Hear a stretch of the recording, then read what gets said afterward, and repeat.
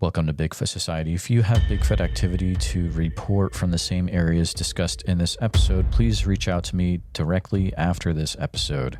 And if you'd like to be on the podcast to discuss a personal Bigfoot encounter, please reach out to me directly at bigfootsociety@gmail.com. Do you wish there was more Bigfoot Society to listen to every week? Well, there is now. If you become a supporting member over at Patreon, you get a special members-only episode every single week on Wednesdays, and sometimes even more episodes.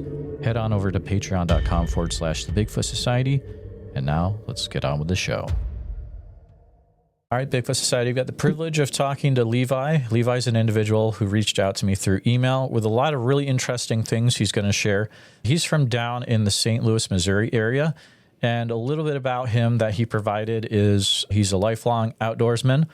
He's been a technical footwear product designer for the rock climbing outdoor industry. And he's also a 25-year national graffiti writer, which will come into play, it sounds like, in a little bit. But Levi, welcome to the show.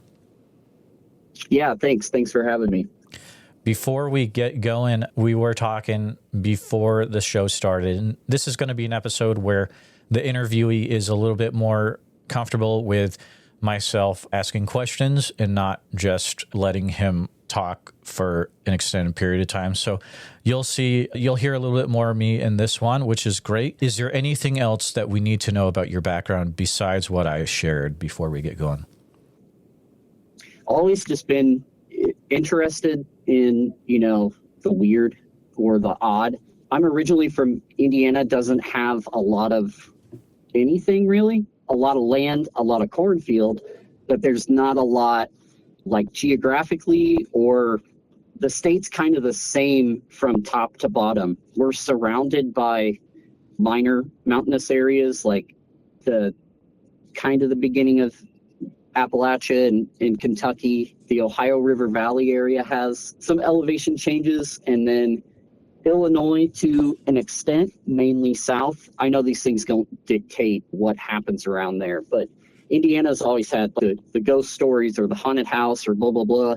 Where I'm from originally, the only, as far as I know with the research that I've done, the only kind of Bigfoot or Sasquatch encounter was in the 70s on a stretch of road headed towards Chicago.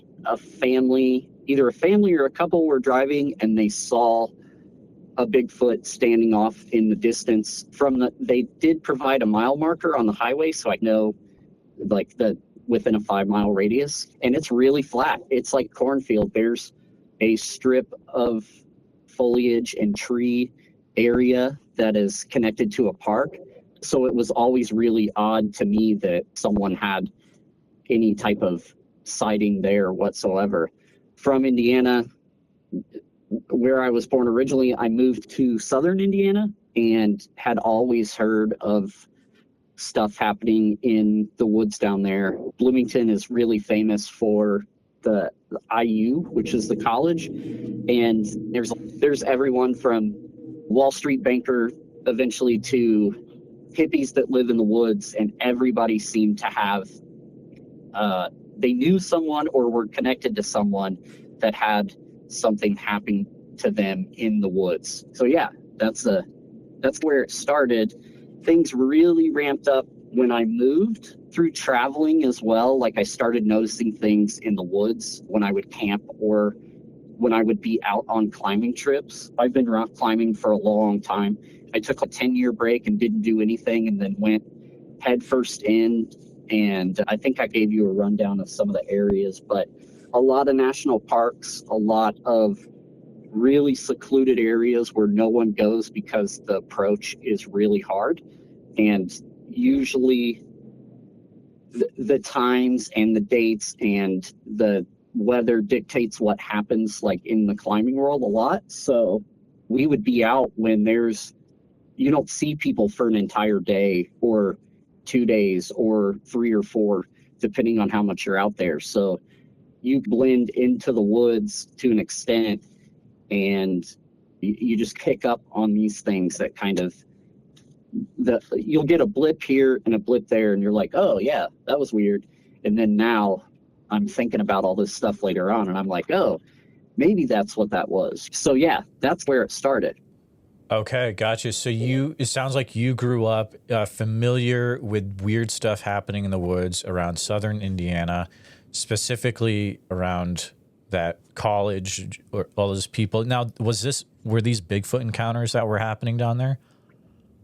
Yeah, so I had heard from guys that were in the climbing realm down there, and I just had friends, and they're like, yeah, my dad was in the woods hunting and he saw this. Or climbers would be like, yeah, we had an entire like pack of stuff that would disappear and show up again in a couple days. So yeah, and Bloomington, it's not, there's not crazy elevation change, but there's a lot of woods. There's a lot of old woods too, which I think plays a pretty key factor in it. Now, it sounds like looking back on your life, you're realizing things happened earlier that were a little bit weird. But can you remember maybe the first time where you're like, okay, that stuff that I experienced, it was definitely some Bigfoot activity, and that kind of opened my eyes? Yes, the earliest thing I can remember is down there as well. Like I said, I stopped climbing and I took a really long break that took me out of the woods as extensively as I used to be. I remember at one point we were climbing in an area in Kentucky that's pretty famous in the climbing world. There's not really a reason to hide it. It's known as Red River Gorge.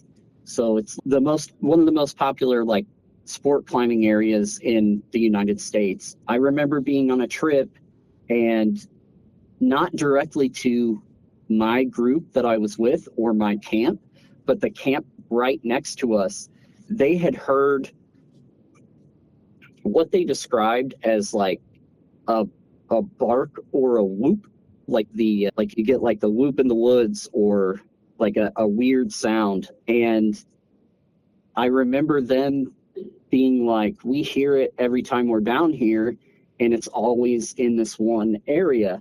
A lot of that area is very isolated, but there's a lot of climbing. Sometimes you're walking pretty far and it's, you're on your own or with your group. But they had said they kept hearing this same thing over, and you get like around a campfire, like before you go to sleep, and you start asking questions. And I remember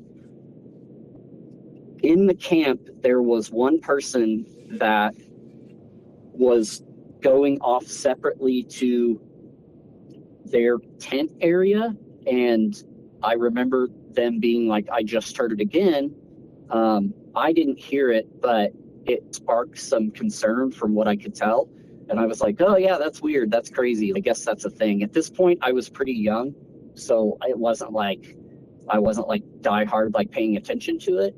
But yeah, in a roundabout way, just being in that area, I had heard like these people talking about it. And then when this person went off to their little portion of the camp to get to their tent, and they heard this, like you could see the look on the face. There was concern, and they were like, this keeps happening. It's very like nerve wracking, and I don't really know what it is. Later on that trip, we had a trash can that kind of, I guess it walked off on its own, you could say. The trash can didn't hold any food, but it held climbing equipment. And in particular, in rock climbing, you use a lot of rope. It held a series of ropes and some gear shoved in the center. And I remember coming back from the crag, which is what everybody calls the spot where you climb. And we're like, where's this trash can? Because it's a ton, like it's a lot of gear. It's like a 25-gallon can, and there's a rope shoved inside, and then there's what we call quick draws, which are, you connect them to the rock so you don't fall and die. That's the easiest way. It's a safety. It's a piece of safety equipment. So the can's gone. We can't find it. Everybody does like the grid search. Let's like try to walk around and see if we can find it. There was no one else around, which was the intriguing part to me, because in that realm, gear does get stolen, unfortunately, but not in an area like this that's this relevant. So yeah, can disappears. We can't find it. We go to leave the next day at like noon, and the can is sitting like right on the edge of our campground. There's a pizza place down there. If people climb, I'm not going to say the name of the pizza place, but if you climb in Kentucky and you go there a lot, you know where this pizza place is, and it's like super famous. So if people want to search, they can search that way. But the can's just sitting on the side, like on the very edge, and it's there, and it looks like something had pulled all this stuff out and shoved everything back in, which doesn't happen in the climbing realm. Ropes are your safety line, so there's a reason they don't get dirty to an extent. They do get dirty, but not as dirty as this thing. It looked like something grabbed it, like dragged it around, and then checked all the other stuff and just shoved it back in, all as messy as possible, which good climbers don't do. You know, it was odd, and that incident didn't really click until later on, where I was like, oh, okay, this makes sense. Yeah, that's where the first thing, like, where it was like, oh yeah, like maybe this is something to pay attention to. Yeah, absolutely. How heavy was that garbage can approximately? It's not super heavy, but it's not light enough for you don't carry it under your arm. It connects to a pack, and you carry it on your back. And if you walk a mile with it, like, you're tired, you feel it. Climbing gear is not super heavy. It is in some realms, but not this realm. I don't know a single animal that could have grabbed it, taken it away without dragging the trash can across the ground. That was one of the other things, was like there were no marks of it being like dragged like by a coyote or a wolf or like a bear, which I don't think they have in that area. It's heavy enough to where you have to carry it, and you get tired when you're carrying it. But the big thing is when the rope and all the safety equipment's placed inside, it's placed strategically so you can reach into the bucket without pulling out, or reach in, grab exactly what you need, and pull it out without looking at it. So it being shoved back in like the worst possible unorganized way ever is the big thing there. It's weight-wise, like maybe 22 pounds total, maybe 25, enough to where you would have to carry it, you know. That's very interesting. So it all shoved back in by something that obviously didn't have a respect for rock climbing. Anyone who had a respect for that would have done it the same way. You would think. Yeah, and it was like everything was dirty too. That's the thing that got me. Like the people that I was with on that trip, like they in the climbing realm, when people have gear, it's like you can go in their car and their car is absolutely trashed, and you go and you see, they call it a rack. You go and you see their rack of climbing gear, and it's like the most organized, clean, like perfect thing ever. So it's really funny. The climbing world is crazy. It's like you spend thousands of dollars on all this gear, and you spend thousands of dollars on a car or an apartment, and it's 9 times out of 10 like the gear's like pristine, perfect condition, and everything else is just like, this is gross. Like they call it dirt bag. Like a dirt bag is a climber.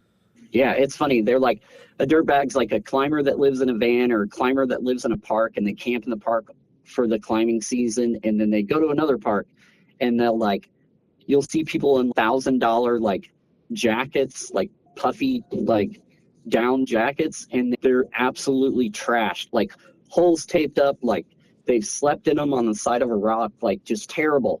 And then you go and you see their climbing equipment, and it's like, it looks like it's brand new. There's scratches from use, but you're like, wow, this gear's like really clean. So it being shoved in and all dirty, I was like, okay, this is odd. So yeah.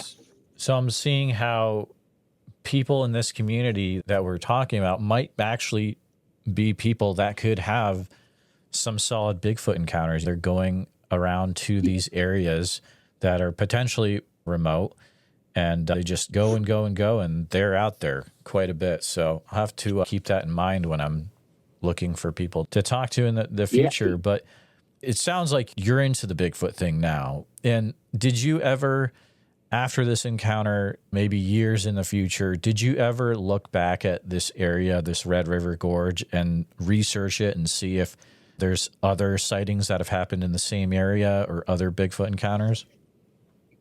Yeah, so I've checked. Kentucky is wild in itself. I checked pretty extensively, like later on, and was like, okay, yeah, this area has some sort of activity. The BFRO website lists stuff in that area. I feel like the updates on the, no disrespect to the BFRO, but I feel like some of the updates, they either don't get logged, or I don't know what their influx is. So it's hard to like pick off of just that map, which I think a lot of people do. The Bigfoot map project, like that website seems to have more. And that whole entire area is, I mean, it's packed. There's a lot. When you're down there, once you get into some of the spots, most of them are readily accessible. Like, they're really easy to get into, but there are ones that are still mildly secret or not visited because the approach is so hard. Like, you're walking for an hour with a ton of gear, and it's the likelihood of having an encounter with anything that's abnormal or not potentially in our realm it's got to be pretty high, just because the area it's wild. They're still finding this one area in Red River Gorge. It has been established in climbing for a long time. I know guys that have been going down there since the 60s, 70s. They're still finding stuff to this day that no one found, and they're like, oh yeah, this is an entirely new area.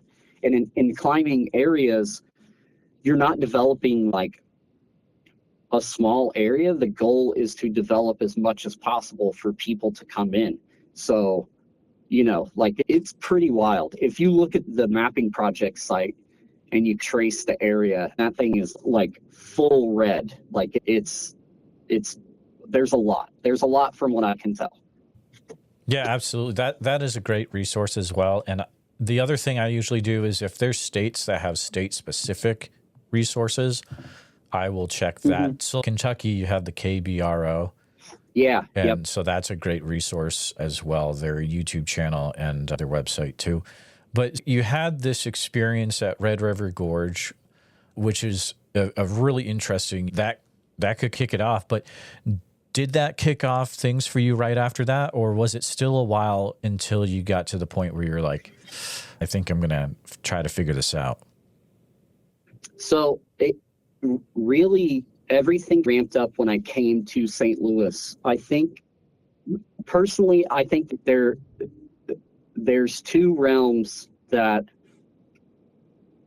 affect what you experience, and B, how or where you experience it. I think in the email I told you, I feel like intent has a lot to do with it, and I think that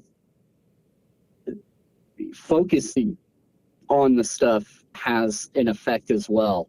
So I didn't really start focusing until I came here. And Missouri in general, it's like Illinois has a ton. There's a ton of sightings all over. There's a spot that we would climb in Shawnee, this area called Alto Pass, really famous like bouldering spot. Bouldering is a type of climbing you do with no ropes. You basically land on a small foam mattress. We call it a crash pad, but that area is it's high traffic. There's a lot of people that go there, but it's really isolated. Like, from St. Louis, it's 2 hours, 2.5 hours, depending on the way. And once you get down there, yeah, you'll see a ton of people camping or climbing, but people don't camp down there. They go to the state park and camp in, the state park. So if you stay in the area, I've personally stayed in the area, and I mean, it's like really wild out there. I think there's a lot that happens there, but also too, I personally believe that like the type of earth that you're around and the type of stone that you encounter may have some sort of effect. Indiana is limestone. Ohio's a lot of limestone until you get south-ish. Illinois is a lot of bullet sandstone. There's some sandstone in Indiana, but it's not a lot, and it's not like these massive runs of it. There's a ton of it in southern Illinois. Missouri and St. Louis, and part of the reason I started to pay attention a little more here is because there's a lot of granite. There's a lot of red and pink granite, which for where we're at, climbing wise, like geographically, yeah, it's whatever. Like there's probably granite. There's a band, obviously. But where we're at, St. Louis and Missouri, and where these hot spots that I feel like some of these hot spots are for not just Bigfoot, like people have paranormal, people have UAP, UFO, cryptid stuff. It all seems to happen around a lot of dense concentrations of certain. So for me, we're going to a spot and it's all pink granite. And I'm like, why is there pink granite here? We go to another spot that's just a little bit farther. Same thing, pink granite. Have you heard of Marley Woods? Yeah, I think you have. I feel like I remember hearing it in an episode. Yeah, it's a thing where, so summary is it's the Skinwalker Ranch of Missouri, and the location is not entirely known. Yeah. You can do your own research and you can find it more than likely. Yeah. I think it's out there, but yeah, it's pretty wild with Bigfoot and UFO and all sorts of weird stuff. Yes. Yeah. That area, there's another spot that's around that area called Piedmont, which is like Missouri's UFO capital. I think things really started to ramp up when I started paying attention to some of the UFO stuff that was happening around here. Through that, I was like, okay, maybe like you can experience these things. Like the intent is there. Hey, look, you put it out into wherever, whatever you believe in, whatever you think is helpful, controlling, or overseeing everything. Everybody's got their, some people stick to this thing, some people stick to this thing. That's fine. I think the intent has a lot to do with it. So I started paying attention more to the UFO area when I moved here, because I was reading a lot of the encounter stuff and listening to like podcasts and being like, man, this is crazy. Like there's a cluster here and there is a massive concentration of multiple things that keep happening.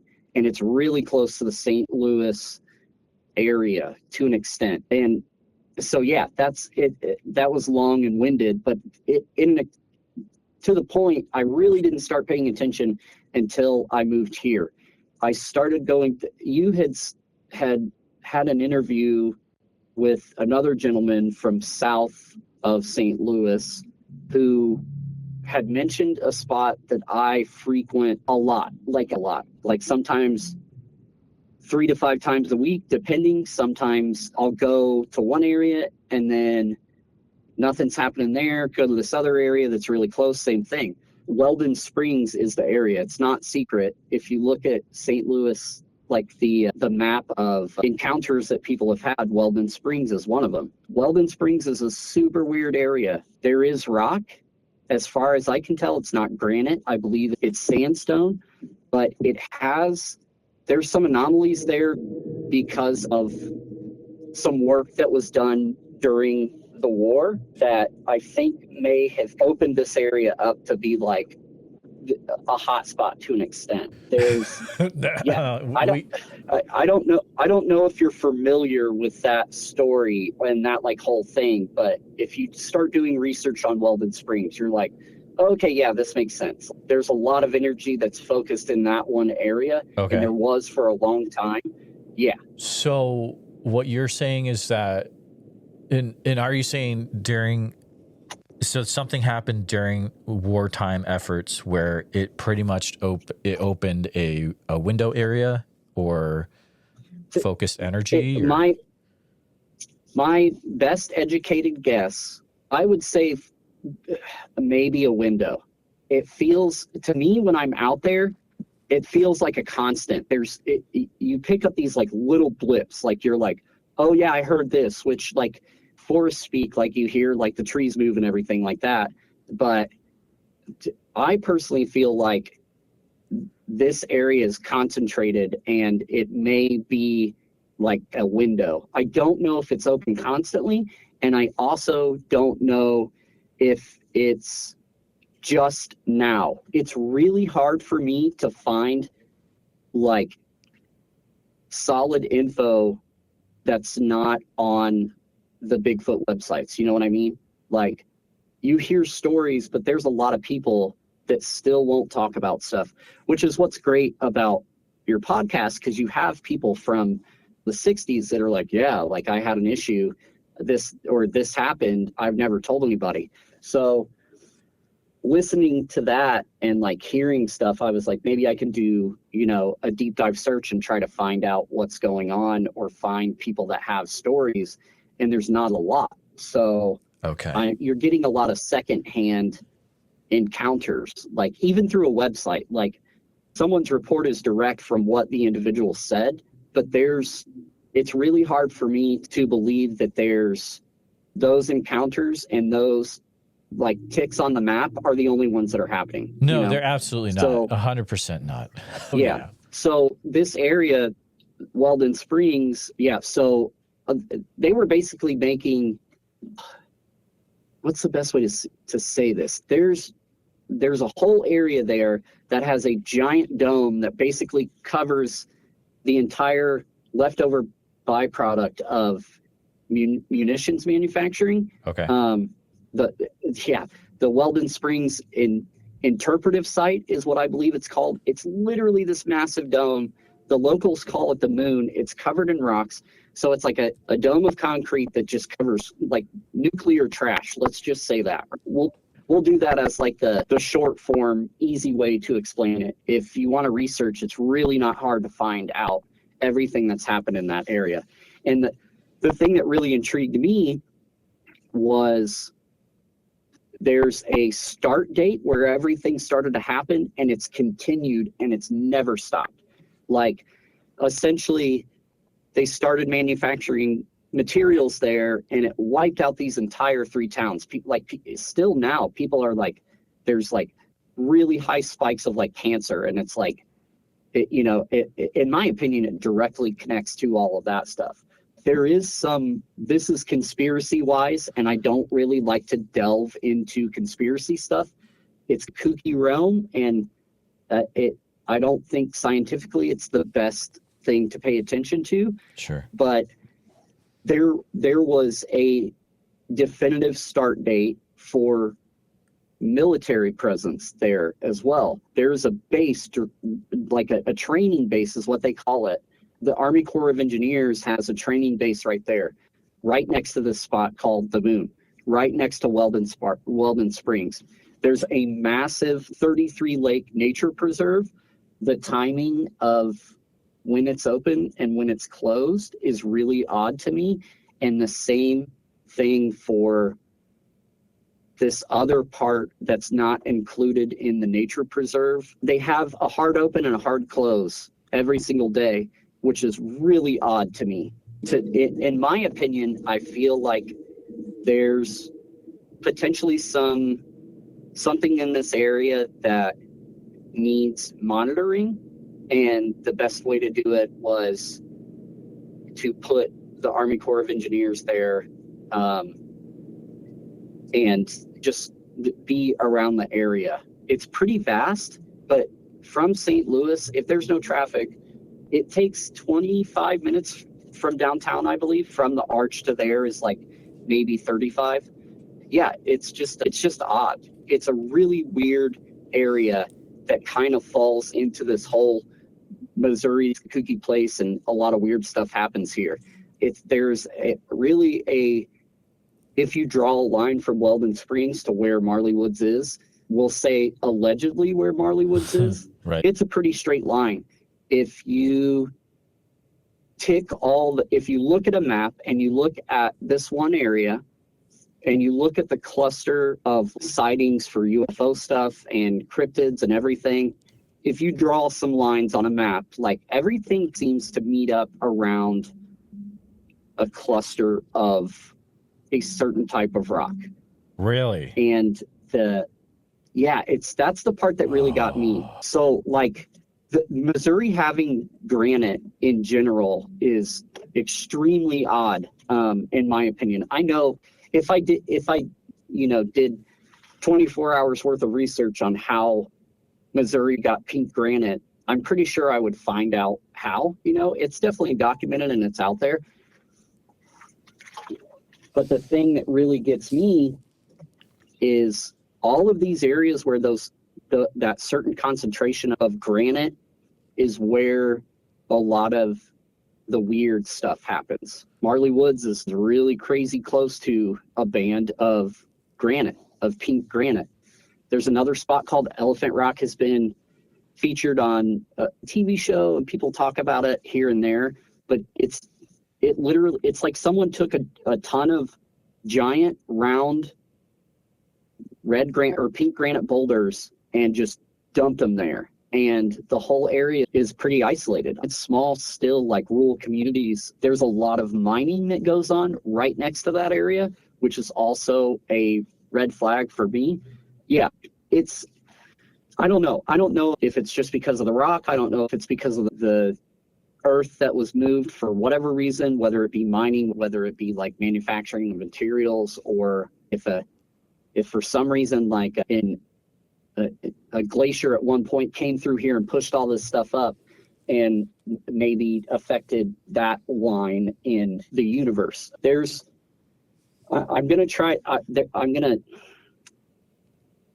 are certain things that overlap into the UFO realm and also like the magic realm, which we won't get into, but there's a line called the 37th parallel. Oh yeah, sure. Yeah, there's a lot of weird stuff on that. Yeah, this whole entire area is pretty close to that. Oh, is it really? Okay. Oh wow. Yeah, and the other thing too, like you hear about flowing water as a conduit in the realm of magic, and we're surrounded by rivers. Literally, Welden Springs runs directly next to a river. St. Louis and Illinois they're a huge river is right there. Directly next to that river, if you go 50 miles each way from the river, if you drew a line dead straight in the middle, like this is the divide location, from that pinpoint, 50 miles east, 50 miles west, 50 miles north, 50 miles south, there's constantly something going on. There's a spot called Lebanon, Illinois, sorry. And there's a gentleman out there. He lives on a farm and he has UAP, let's say, / UFO sightings almost every day, consistent, never at the same time, sometimes at night, sometimes in the day, but that's 42 miles from here. And he's constantly seeing this stuff. People around this area, it's really wild. That's the thing that gets me is like, it's not just Bigfoot. It's not just, like these locations are haunted. There's folklore and like stories attribute a lot to an area, but there's stuff popping up constantly that's new that people are experiencing. What's really got me hooked is like, it's not old stories. It's not regurgitated story from someone else that they heard from their uncle who saw something 20 years ago. It's like direct stuff that's currently happening. And to go back to your question, I think that there is potentially a window or a portal or something. I don't know. I don't know if the pointed energy thing to me is like maybe to an extent, but you would think that you would feel it if that were the case. Yeah, there's a few. Oh, sorry, go ahead. Like Mount Shasta, people talk about Shasta all the time. They're like, oh, there's this, you feel the energy. Like that to me, yeah, there's some really crazy stuff going on there in everybody's like paranormal realm. That's like the hot, like you can go there and experience whatever. Oh yeah, Mount Shasta is like that's like the craziest one that I usually think of. Is like people get sucked in so much they go to that area and then they never leave, which to me is crazy to think about. Yeah, so that to me that's pointed energy. It doesn't seem like that's what's happening here. Mount Shasta it's like the Disneyland of the paranormal, right? Like it is, yeah. And yeah. Skinwalker's like the Universal Studios. Marley Woods is like the Fox company or whatever. I have a few questions I want to get in real quick. Pink granite, that to me is very fascinating. It's nothing I've really heard of before, but it makes sense because your focus is going to be on what you're climbing on. So are there maps where you can look at where other huge deposits of this are around the U.S.? I would look right now, but my internet has mysteriously gone out, and love that. But yeah, we'll get some interference here at some point. I will say that. You'll notice it. Just a precursor. Yes, so to answer your question, there's a really famous, everybody's going to use this website too. It's called Mountain Project, right? There's Backcountry, which is like the hiking realm. I think that's what it's called. Like the hiking. If you want to look at trails, you use, Backcountry. So if you want to look at climbing stuff, you use Mountain Project. And Mountain Project is essentially a database where if you find an area of rock, you can record that location. You can record all of the climbs that are in that, the climbing routes that are in that area. You can record the rock, the time that you can go there, whether the land is restricted or closed or public. Access is what we call it. You can do anything. You can search, like, I want to climb bullet sandstone. I want to climb limestone. I want to climb marble. I want to climb this. You can search that entire website and it'll give you pinpointed directions to almost every single location. So I was using that to be like, oh, okay, like where else? That's where I noticed these lines. Like you could call them ley lines, whatever you want. To me, they're more like occurrence lines. Like you follow these lines and there's like an occurrence here and there's occurrence here and this and this and this. So so at mountainproject.com, you can download the app. It's vast though. Like it's updated constantly. It's also very weird to see areas that have certain types of rock where there's been access, and then you can cross-reference to incidents that have potentially happened, disappearances, people go missing, injuries, and then the area gets closed or restricted. We're getting in the conspiracy realm here. That's not a conspiracy. That's just an observation. No, that's an observation entirely. I agree with you on that. You'd mentioned there would be some interference coming eventually. Is that just because you're near a certain area, or? I don't know. No, where I'm at right now is directly in the city. I think electronic interference when conversations like this happen seem to be a consistent thing. Oh, dude, you're telling me. We were getting that when you started talking about the one area outside of St. Louis. It was starting to happen right then. Yeah. Okay. So we'll tie this in just because it adds to the allure. So the first time I ever went to Welden Springs, I had listened to the podcast where I believe his name is Michael Scott.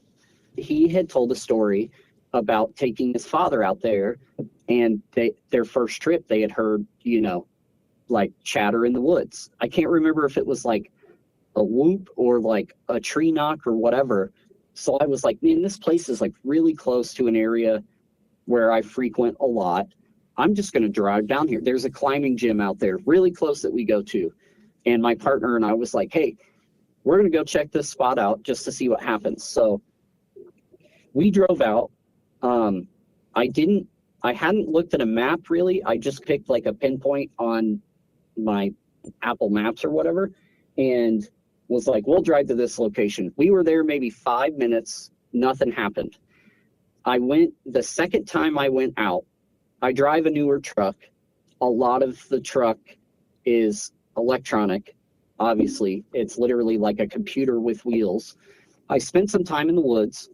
I had some issues with my phone that kind of piqued some interest. I was like trying to find my location, and my phone just kept freezing, like completely lagged, which I've never had that happen. I've been like miles out at climbing areas where there's no tower and I still have service, or I still at least have like satellite SOS, I'm here, there's an issue. So in the middle of this area, walking on a trail, no big deal, and my phone is just lagging like crazy. Can't get off the screen, like can't click the button to go to the home screen, trying to close everything, nothing. So this goes on for 2 minutes. I'm just standing there like, I have no clue where I'm at, what's going on.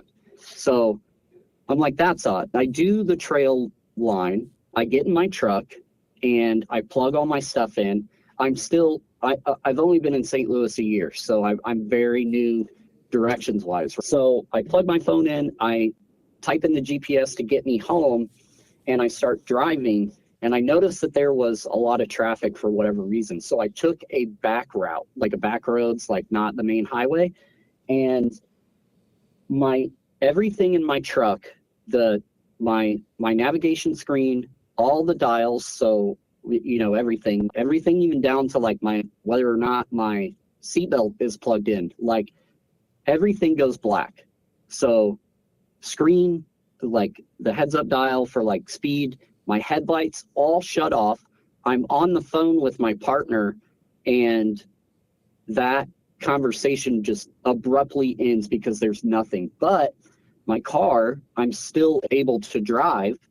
I'm not exactly sure how, because this truck has essentially electronic steering, but literally everything shuts off. So that was the second time I went, and that was the first time I had issues with any type of like tech. I tried to dumb it down and like spent majority of that evening trying to figure out what could have caused it. I called the dealership the next day, and they were like, we've never heard of that. We have no clue. That's Wow. super weird. If it happens again, you might want to bring your car in. I'm like, okay, yeah. It's a 2023, so it's not old. So yeah, that happens. So this radio interference thing, or the communication interference, I think it's pointed because of, I don't know. People are like, yeah, I'm being watched. I don't think I'm being watched. There's no thought like that in my mind. But I do think that there's other realms in our world that could potentially want to hinder or slow communication of these things happening between people, and especially when it comes to a mass, like, hey, yeah, look, like this is what happened to me, we might have some issues, and then you're sharing it, and however many people listen to your podcasts, are like, that's a lot of travel, and that's a lot of intent, and that's a lot of focus on an issue that yeah, it's enough. Like, you hear clicks, like, yeah. I know this from the graffiti realm, which we can get into, but if you're aware of what happens if someone's listening to you, you know what to listen for, if it makes sense, hopefully. Yeah. Yeah, so like you get the clicks, you get the buzz, your phone dumps completely, like battery wise. Yeah, so yeah, that's a whole realm. And the interference thing, for me personally, I think it goes back to I think that people pay attention, and the right people pay attention because something is apparently going on. And I don't want to get into the conspiracy, like, yeah, there's like a giant cover up or whatever, because we just don't know. Mm-hmm. Logic, like, we have no explanation and no idea whatsoever. From my intrigue into the magic realm and the UFO realm, there's a really prominent guy. He's a doctor. He's a leader in many ways of, as far as the ideas of what's going on in the UFO realm. And he regularly talks about there's a whole other force that's paying attention, and they'll do whatever it takes to just erase it if they need to. Like, they'll kill the call. If you're on the phone, if you're texting about it, like, something may happen, and it's, that's like, that boils into like surveillance or whatever. Yeah, exactly. Same, Stuff like that has happened. Yeah. So I totally get what you're saying. For sure. It's a So, very interesting conversation once you start focusing on it. yeah. This guy, too, has a really important book, in my opinion, where he, through some math, you can potentially predict or intercept let's just say that the high strangeness realm. He's pretty convinced, and now at this point, I'm pretty convinced that there's a mathematic code that allows you to essentially pinpoint pretty close where people are going to see UFOs, where people are going to see cryptids, where people may have experience with Bigfoot. That's a whole nother realm to get into, and it's really crazy, and it doesn't really make sense because it's very confusing. But once you get it, you're like, holy crap, this could potentially be something real. So yeah, we'll leave that part at that. If you have questions about it. Yeah. What's the name of that book? That sounds pretty wild. So yeah, here, I'll just give all the info. So his name is Dr. Alan Greenfield. Oh yeah. He has, yeah. So people are going to hear it and they're going to be like, yeah, that's it. Secret Cipher of the Euphonauts is his book, and it talks about the book focuses on a cipher that allows you to I don't want to say predict, but potentially encounter everything that's not really of our realm, our world. He's a former, he's still a magician. He's a former occult magician for a very prominent occult society. He no longer deals with them because they're pretty kooky, like most of them are. But that book and where that cipher came from and all the information in it's like when you start adding everything together and looking at stuff and really searching, like it's really hard to not be like, holy crap, like this thing is legitimate, like this cipher makes sense. And Greenfield is like, it's here listening to him and reading about him and reading stories that he tells are like, skepticism is massive, but when you start paying attention and then listening and reading and researching and figuring out this cipher, like the potential for things to happen in our realm experience wise seems to peak a lot. And that book it's mind blowing. It's really confusing, but I think there's some legitimacy to his claim to an extent, That sounds really interesting. The dude basically is, he's like, I can essentially predict when and where, on what day, at what location, almost down to the exact time where someone's going to have an encounter with a UFO. And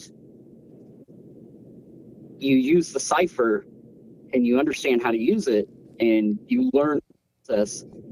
And then you have you look back historically and you're like, holy crap, like this code basically corresponds directly to this incident with this person. Yeah, that's a whole nother, that's like a 10-part interview about that realm on its own. That sounds like a real big rabbit hole you could go down, which would be very interesting, potentially. Yeah. Gotcha. But with that being said, he has a lot of interference that comes through during his interviews that are recorded. Oh, good. And yeah.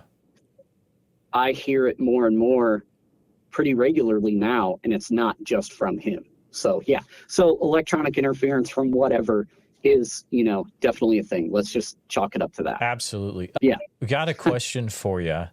And that was a fascinating side conversation. I didn't know we were going to go there, but I'm glad that we did. Thinking over all the different things you've experienced, what do you feel is the closest that you may have been to a Bigfoot over the years? So 100% Welden Springs. It's really crazy. I'll tell you this story. It actually involves my son and my mother as well, and my mom's dog, which is this just made everything, like the story that leads up to it, the experience, and then the experience with them at a later date really solidified everything for me that there's potentially something here. So there's a point on the trail. The trail is the Lois and Clark Trail. There's a point where the trail runs through, and it's short. This is the thing that really killed me about it too. There's a parking lot. There's a trail that walks straight into the woods. It takes maybe 20 minutes to get to the end of it. If you want to keep going, you'll walk for an hour and a half. I had an issue where I was walking through this portion of the trail, and there's a lot of, I'm not going to call them tree structures because that's a giant leap, but there's a lot of really, we'll call it odd growth for trees. So there's a lot of really odd growth in this one area.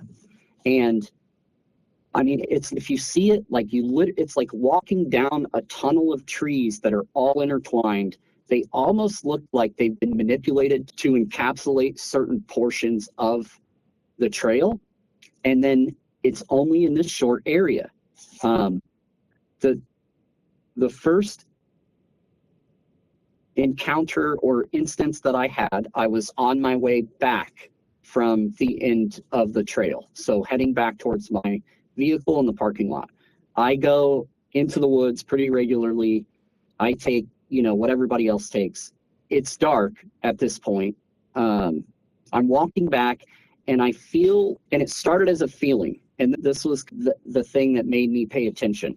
It started as a feeling. I was like, this is odd. Like, it feels like something's walking with me on my left and right. People would call that flanked. I think it's based off of how the trail is laid out. It's dense foliage pretty much directly next to the trail in this one area, and then it opens up into trees. So I'm walking through this area, and I feel this, like I feel like something's there, like someone's there, or there's an animal around me. And during the walk, I could hear to my left and my right what sound like footsteps. So like something on the left and the right is following me.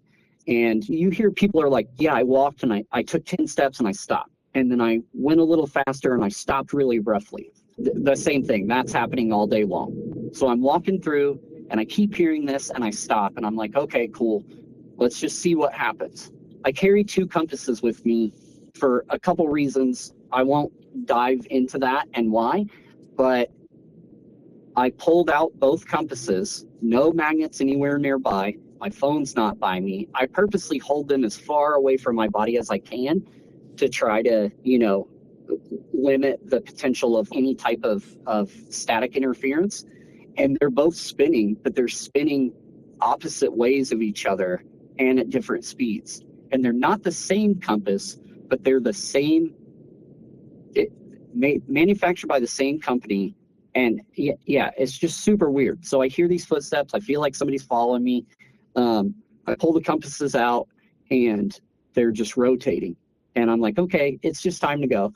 So calmly put my stuff away, keep going. And whatever was to the left and the right followed me to the point where this heavy foliage stops. And from there, it's like a 2-minute walk to the car. Yeah, so that was the first thing. That was the thing that really, I was like, this is super odd. There's no reason for any other animal to do this. It does not sound like a human. There's no noise other than like the faint, like step. And it's purposeful. There's intent to not be heard, but you still hear it because it's the woods. The other thing about Welden Springs that's really odd is everyone is out of there at night. Very rarely do I ever see anyone go in after dark. And once you get into this one area, it is like dead quiet, no bugs, like no chirps, no squirrels, like no, you don't hear anything. You might get like some tree rustle from squirrel, or like I saw an armadillo walking around, but he's like super quiet. So the whole entire area is just like dead quiet, which is really odd to me. So yeah, that like it it was enough to where I could hear that I was being potentially followed or to an extent like escorted out. Does that make sense? Yeah, no, it absolutely does. And I did want to clarify on something. So when you got to the part where there was the foliage turned into space where there was nothing, it stopped before going into that area, right? Okay, wow.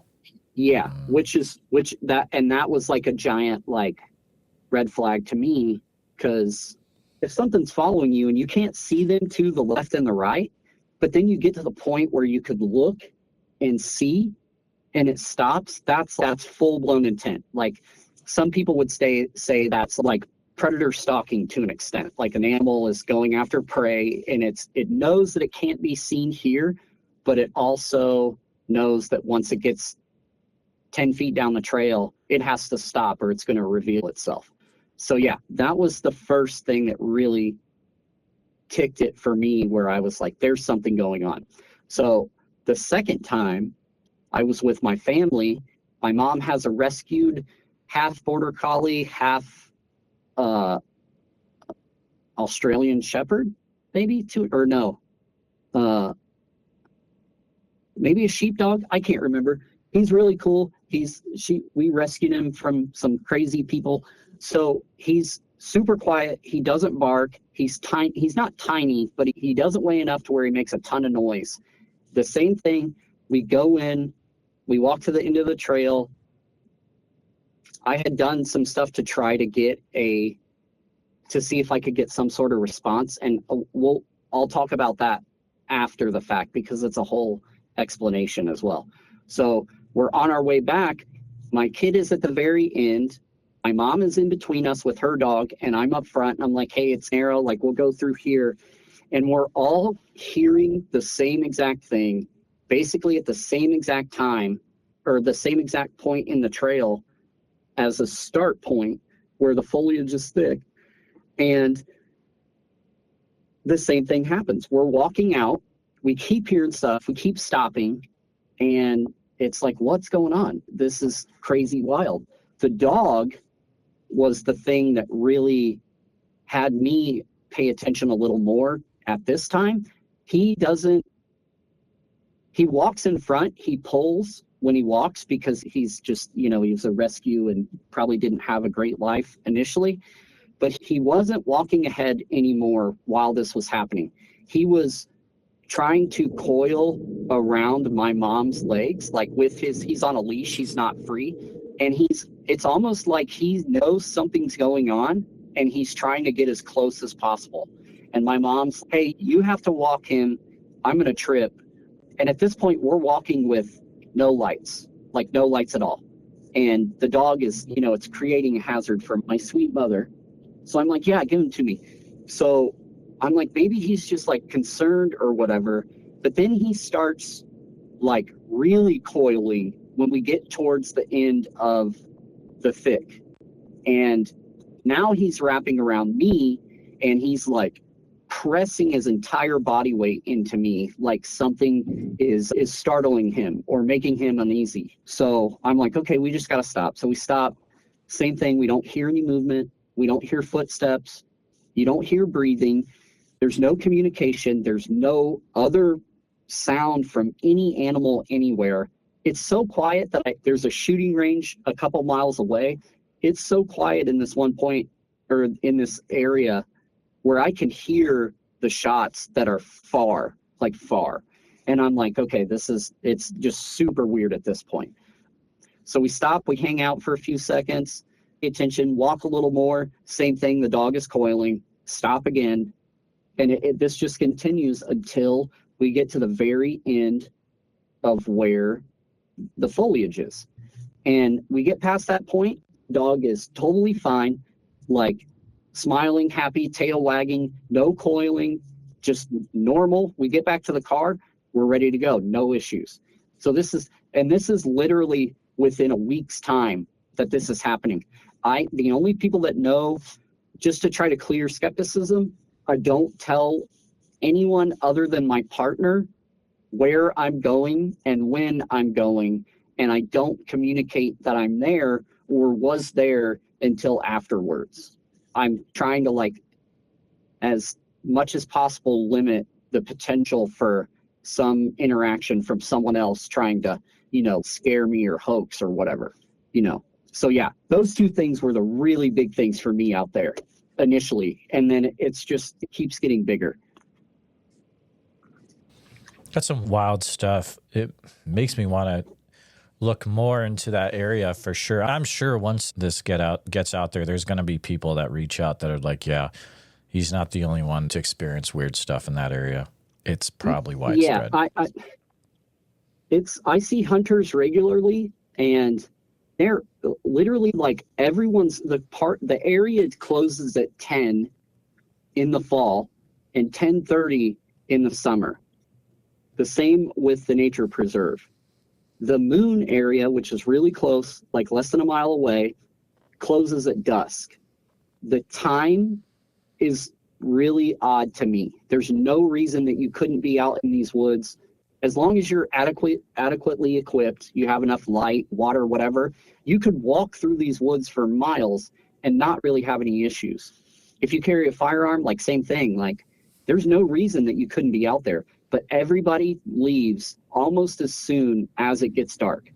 In the past 2 months that I've been out there, I've seen one car stay later than I was. And it's a person that I've seen on the trail and in the parking lot before. And that's the only time I've ever seen anyone stay later than I. It's super odd to me. That the timing is really odd to me. And that time being placed there for whatever reason is really intriguing. You don't just pick, like, why would you not say the park closes at, why go to 10 p.m.? Like, why push to 10:30 in the summer? Is there potentially something going on later that someone's trying to prevent people from being in the woods or in this area past a reasonable hour? It's super weird to me. Yeah, it makes you wonder. And this is not an area where you can camp overnight, it sounds like. No. So there's a trail that runs through there, and I believe the previous guest that talked about the area mentioned it. It's called the Katy Trail. It's a trail that runs all the way through Missouri. People run on it. They ride their bikes.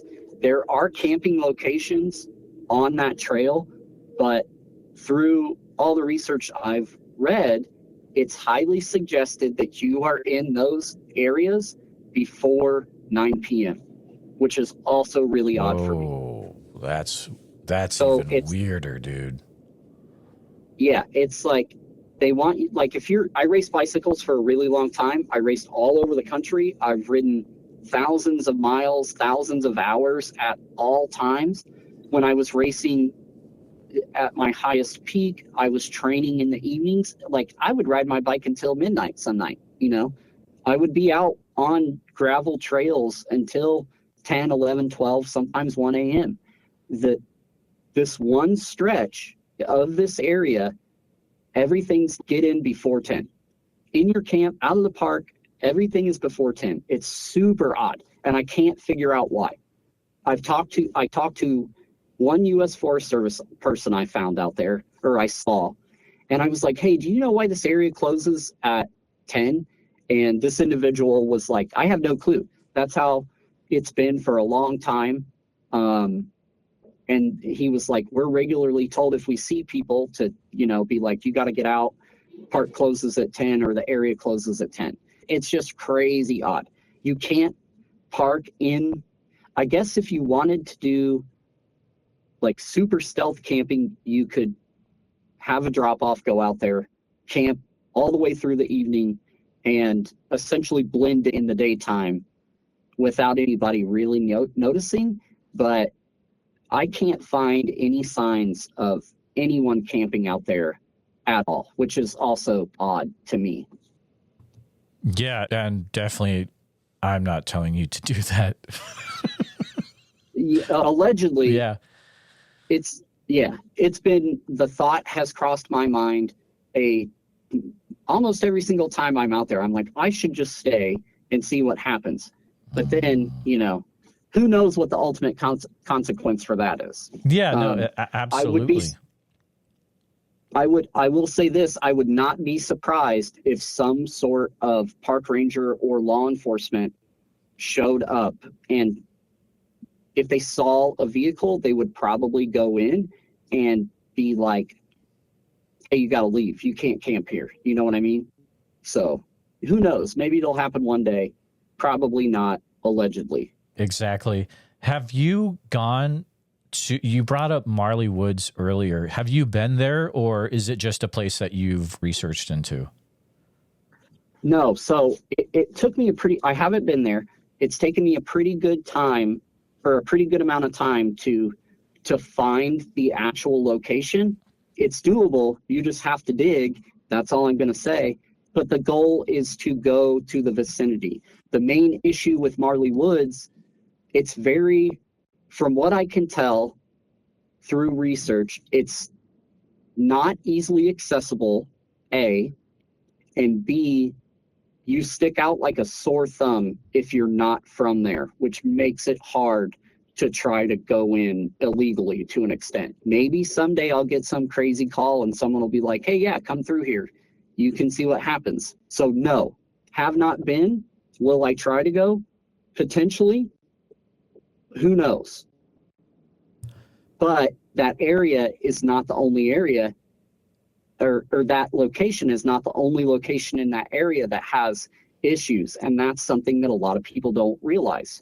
Yeah. Yes, you hit it on the head, because what people, just like you said, people don't realize that, okay, the weird stuff doesn't just stay on Skinwalker Ranch. Yeah, the whole area is weird. No. So if you've got this area where it's like a hollow ground, or holy ground in quotation marks, and you can't go there, if you can go to the area around it, you're probably just as good. Yeah, I totally agree with you on that one.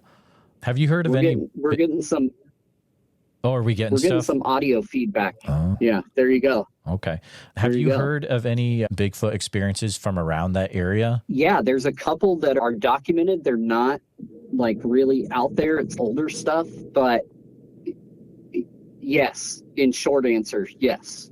That whole area has a lot of UFO stuff, and there's that, I don't know, it's hard to say yes or no, but there's that theory that Sam Squanch out here is potentially tied in with UFO stuff. So it would only make sense to have like both. I just think that whole area, there's got to be something out there that's causing all of this.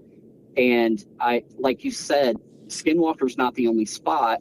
That whole entire Uinta Basin has a lot of odd stuff.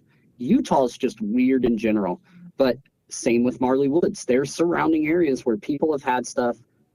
There's reports of stuff going back 100 years from light anomalies. It's not just at Marley Woods. It's a pretty vast, if you drew a circle around it, same thing. It's 50 miles each way. Like there's issues. Would you ever want to have the opportunity to actually have a visual sighting of a Bigfoot? Yes, but, and this is a big but for me, I don't know if it's beneficial. Yeah, for proof wise, yeah, cool. It'd be sweet to walk into the woods and he's hanging out with his buddies and they're, right there and they're like, yo, hey, my concern with potentially to have a visual from other areas of interest, my concern is what would happen after. I don't know what the outcome is. If people, this is one of those things that's really, it's nerve-wracking for me. Like people are like, yeah, I want to see it. I want to see it. I want to see it. But no one, there's a ton of accounts of people saying, yeah, I've seen him and this happened, but none of them are really the same. It's all different. And some of them are not very good. And the aftermath is not very good. The hitchhiker thing is a major concern to me, but also I personally think that if you have that and it's not in the best headspace or not at the right time, it could be detrimental, which is probably going to be an unpopular opinion, but the human brain is vast, and I don't know if unlocking that realm would be a good thing currently. I think later on it might be great to see something. I'm not counting on it. I highly doubt I ever will. There's areas of concern for me in that. And it plays on a total different realm. Would it be cool? Yeah. Do people want to hear about people seeing Bigfoot or Sasquatch or Yeti or, you know, a skinwalker, a Wendigo or whatever? Yeah. But there's major repercussions that I don't think general population understands when having those interactions. I think it's really important. I told you, like, intent is a big thing. Mm-hmm. I think that your intentions going in and doing research and being in the field per se, those lead to a lot of experiences. Yeah, it's I don't know. Maybe, but maybe not. I think that it could be one of those things that's potentially so wild that I'm like, holy crap, like I can't even comprehend this right now. There's a joke I told my mom. She was like, what would happen if you saw one? And I was like, I'd probably just be like, holy crap, like you're right there. Mm-hmm. But what happens after the fact? I think with further research, I'm more comfortable to that, but I'm not counting on it, and I'm not out here being like, I'm going to see one today. I want to see one today. And I think a lot of people do that. I also think actively putting it out there into the ether per se, I feel like there's a timeline, and that's a totally different realm to go down. And I don't think currently right now that timeline is the right time to see or have a visual interaction For yourself personally. I know that's okay. I honestly don't.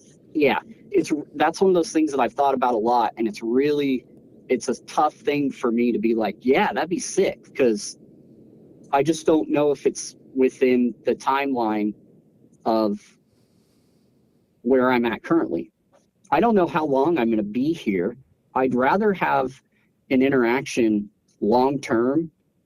If I'm like, yeah, I'm going to move to here, I'd rather have that interaction somewhere where I am based long term. Okay. And I'm not talking like 1 or 2 years. Like if I'm in a spot for 10 years and it happens, like that's rad. I think the comfort thing is there. It makes me uncomfortable to think like I could see something and that's it. Like my ultimate goal would be further interaction and investigation. To see, like, just see one, like, yeah, that'd be cool, but that doesn't do anything other than give you the I saw one badge per se. Right. You know, I want to be in the realm where it's I saw one, I understand why I saw one, I understand geographically where I saw one, and I want to know the exact reason why they decided to say, okay, you're good to go. You know what I mean? I feel like it's weird to say, but I feel like they're like, this person's good. Go ahead. This person's good to an extent. Maybe just peek out from behind a tree and say what's up real quick and dip back in. This person does not need to see you right now. Just watch from afar. Just chill and hang out from afar. I don't think that idea or that thought is really like, I don't hear it in interviews or read it. Like people are like, yeah, I just want to see one. Like they don't think about all of it as a whole. From what I've heard over the years, it totally affects the rest of everything. The hitchhiker effect is very real. And that effect can happen even if you don't see one. I think you can be just in the area and not have a visual, yeah. And it can still, I think that's a thing. I think that is real. So if there's one thing that people can, you know, like, I don't know how many people are going to listen to this. If it's one person, tight. If it's 2 million, cool. Personally, I think that people need to think outside of the box when it comes to this anomaly. I think there's a lot of, I've mentioned it before, there's a lot of like regurgitated stuff that comes up from previous interviews. Someone will listen to someone and then say everything that person said, but as their own words. I feel like, especially in the Bigfoot community, there's a lot of people that really should take the time to look at it not with no input from other people or previous interactions. I feel like people do this and they're like, oh, I'm doing it because I think it's cool, which is great, but I don't think that they're thinking outside of the box on why it's happening or where it's happening or who it's happening to. I think there needs to be a lot of flipping research where people are doing it in a way where it's not just beneficial to them. It's beneficial to everyone as a whole. And it's not for disclosure. That will never happen. No, in any realm.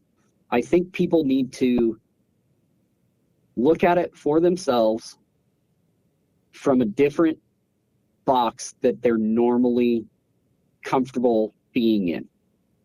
I think that if you go out in the woods and you want to experience this, or you want to potentially see Sasquatch, maybe think about it long term and think about why, and think about different ways to potentially have an interaction.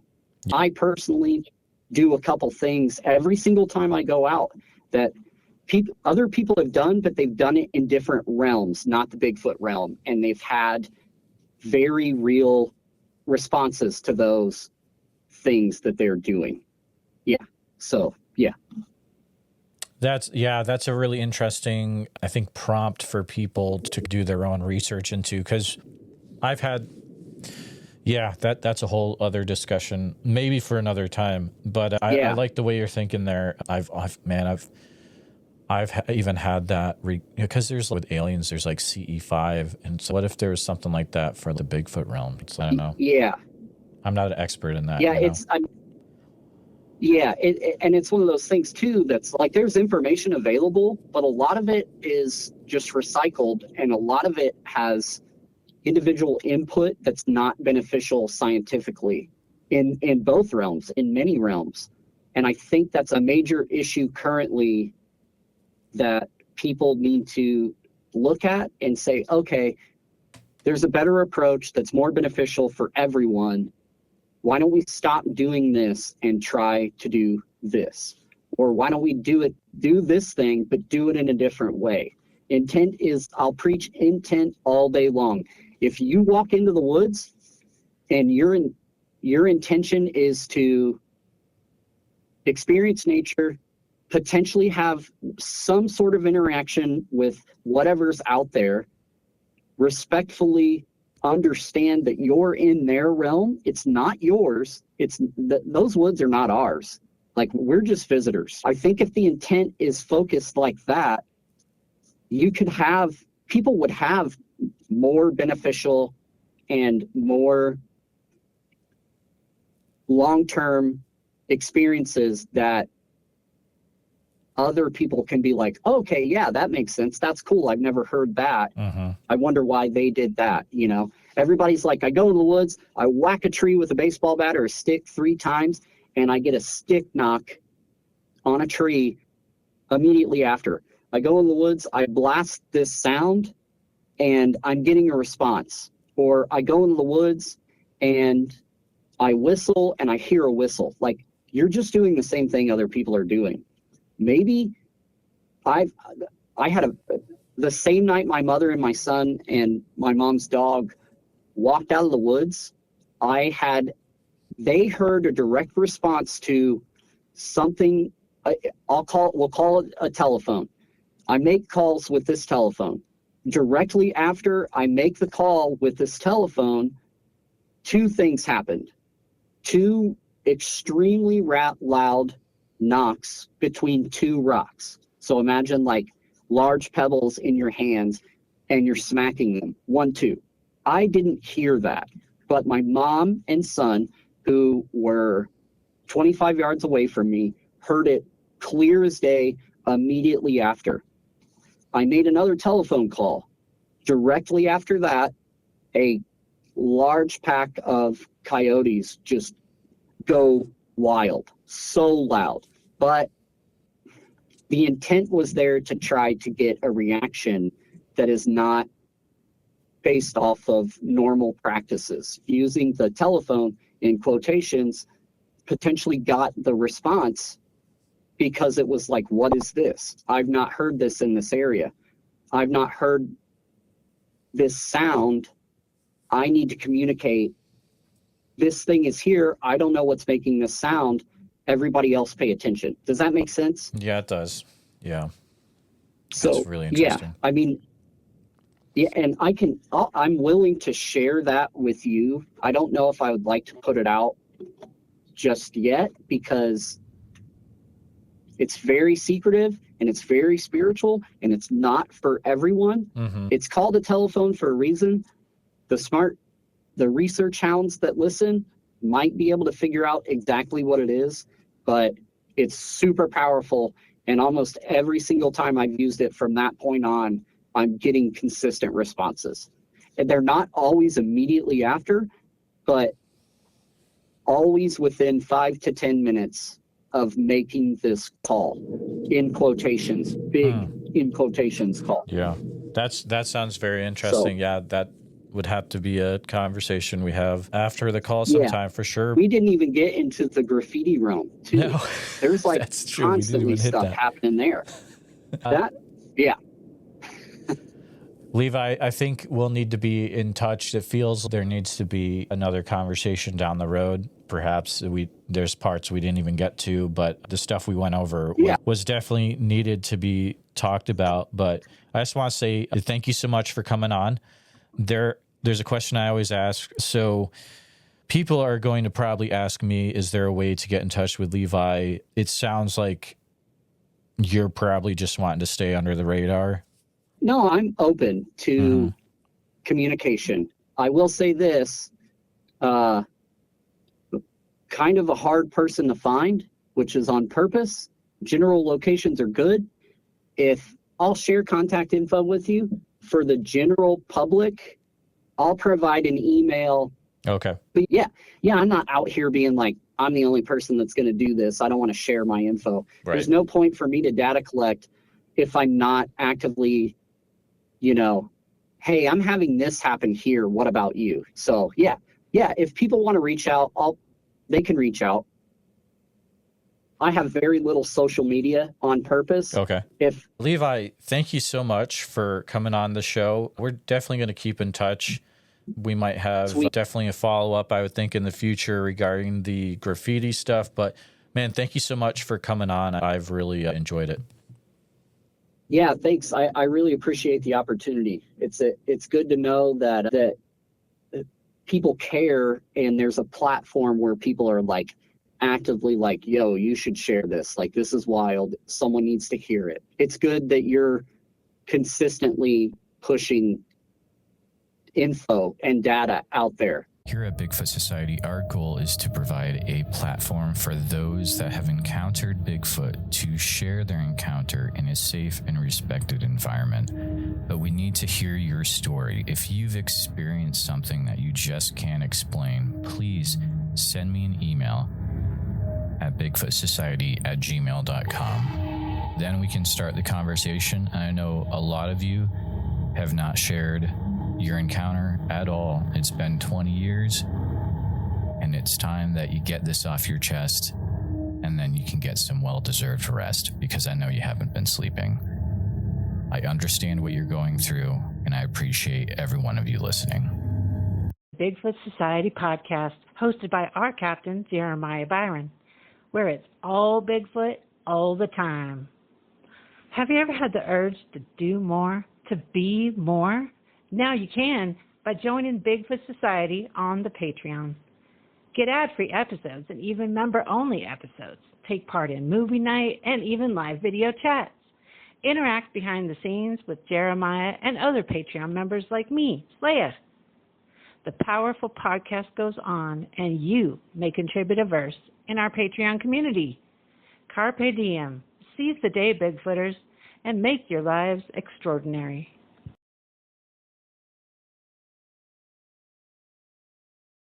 Please take a minute to help out the show by subscribing on YouTube, making sure you hit the bell so you don't miss any notifications, and share the episode on YouTube with a friend.